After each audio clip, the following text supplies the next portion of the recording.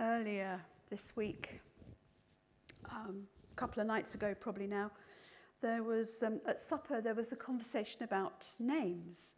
And there was a conversation across the table about, do you know what your name means? And several people didn't.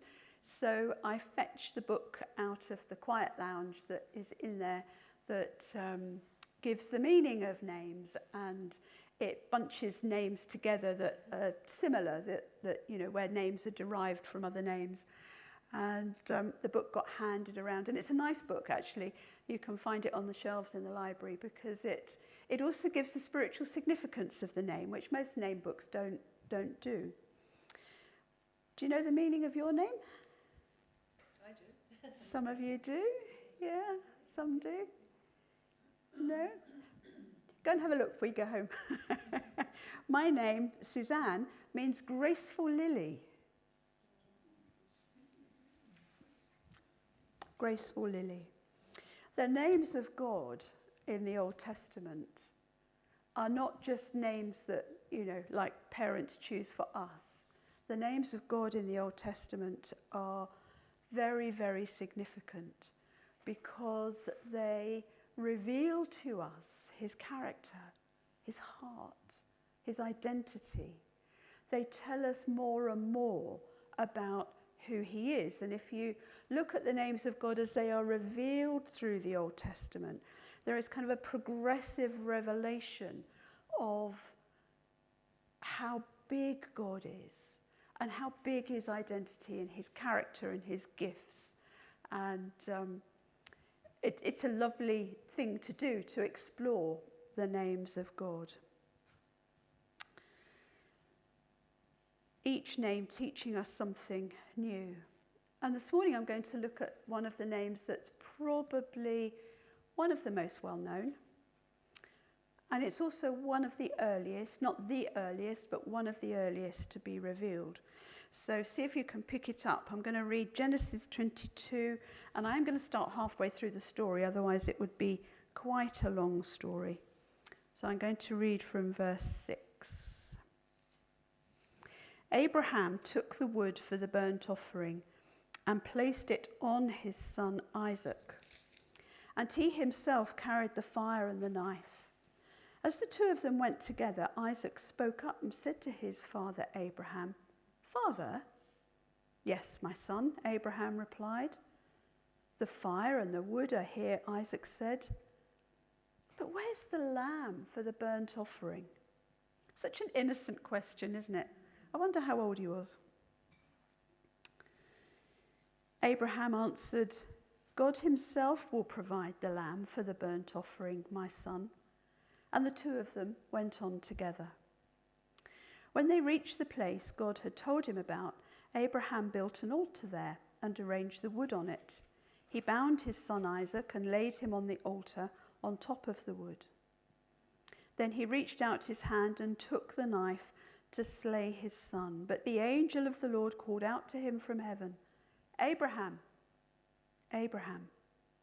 "Here I am," he replied. "Do not lay a hand on the boy," he said. "Do not do anything to him. Now I know that you fear God, because you have not withheld from me your son, your only son." Abraham looked up, and there in a thicket he saw a ram caught by its horns. He went over and took the ram and sacrificed it as a burnt offering instead of his son. So Abraham called that place, "The Lord will provide." And to this day it is said, "On the mountain of the Lord it will be provided." And the name, of course, is Jehovah Jireh. Yes. And there's a whole backstory to this, which, if you don't know that backstory, makes this bit of the story kind of diminishes it somehow. You need to understand what went before. So I'm just going to do that in a nutshell, because it's chapters in Genesis, so you can read the whole story of Abraham. The backstory: Abram, as he was then, and Sarai, as she was, his wife, were childless. And God had said to Abram and Sarai that, or to Abram mainly, that he was going to make a covenant with him, and through Abram he was going to bless the many nations that would come from him, make him a great nation. But there was no child. So Sarai had a good idea. And she persuaded Abram to sleep with her servant Hagar. Hagar got pregnant, Sarah got jealous, and Hagar ran away. It was a disaster, complete disaster. Long story, characters changed, people changed. Sarai, now Sarah, and Abram, now Abraham, their names changed by God, had a child, Isaac. And so this child was longed for, was the source of shame for Sarah, being barren in those days, complete source of shame. And now here is God saying, take your son, the son through whom I'm going to make many nations, basically, take him to this mountain and sacrifice him. I wonder what Abraham's thoughts were on the journey to that mountain. Really, God? Really? You put me all through those years of waiting, then you give us this gift, and now you want me to... Really? Surely not. Surely? Isaac's the longed for one, the promised one. How can this be? I wonder if you've known something of that in your lives, where God has asked you something, asked you to do something or go somewhere that made absolutely no sense at the time.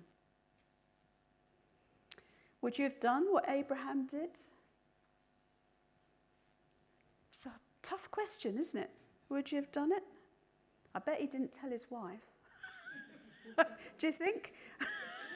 When he took the little boy, I guess he was a little boy, I bet he didn't tell Sarah. Interestingly, he also left his servants behind at one point too, as part of the journey. Maybe this was just too personal, too private.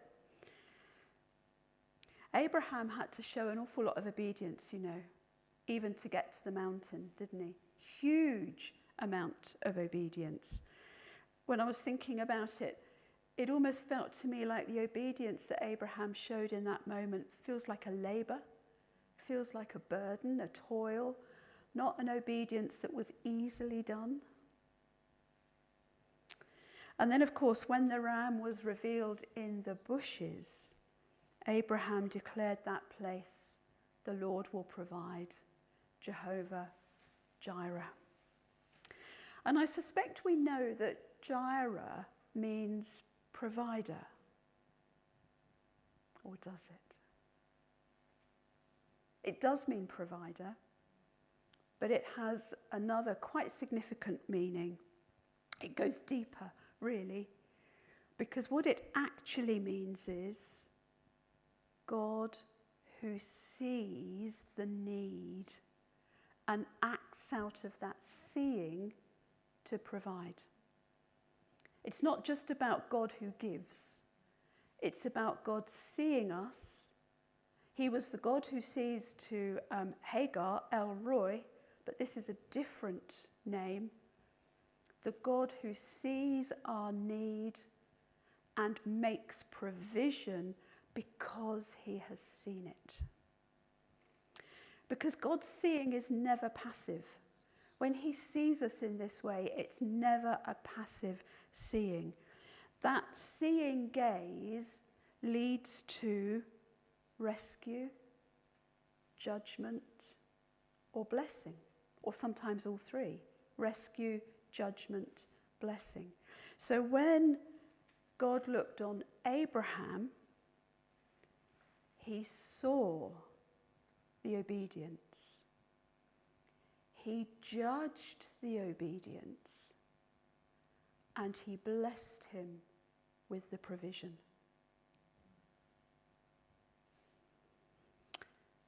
So does Jehovah Jireh mean God gives us what we want? No. He gives us what we need because he sees the need. And you know what? I think there are many, many times when we don't actually recognize what God has done for us because we don't recognize the base need. We think we know what we want, but we don't know the root of that and recognize the deep need. So it's a very intimate, personal seeing and providing. And of course, ultimately, God saw our need as a people that we would not be able to live the standards of life he required. So what did he do?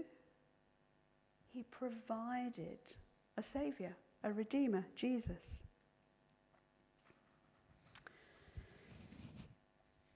And one more thing, just to notice. Abraham was told to go to the region of Mount Moriah. I didn't read that. That was at the beginning of the chapter I started halfway through. Mount Moriah. Does anybody know where that is?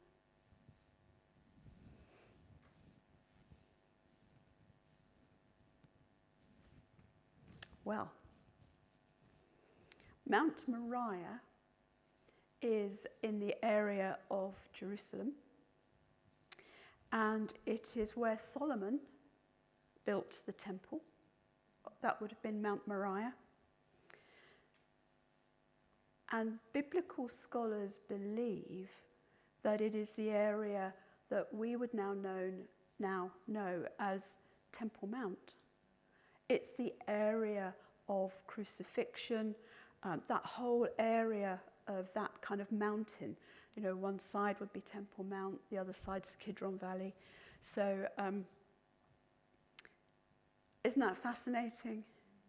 Abraham and Isaac, centuries ago, on a mountain that centuries later Jesus dies on. God has a long view, doesn't he? Doesn't he have a long view?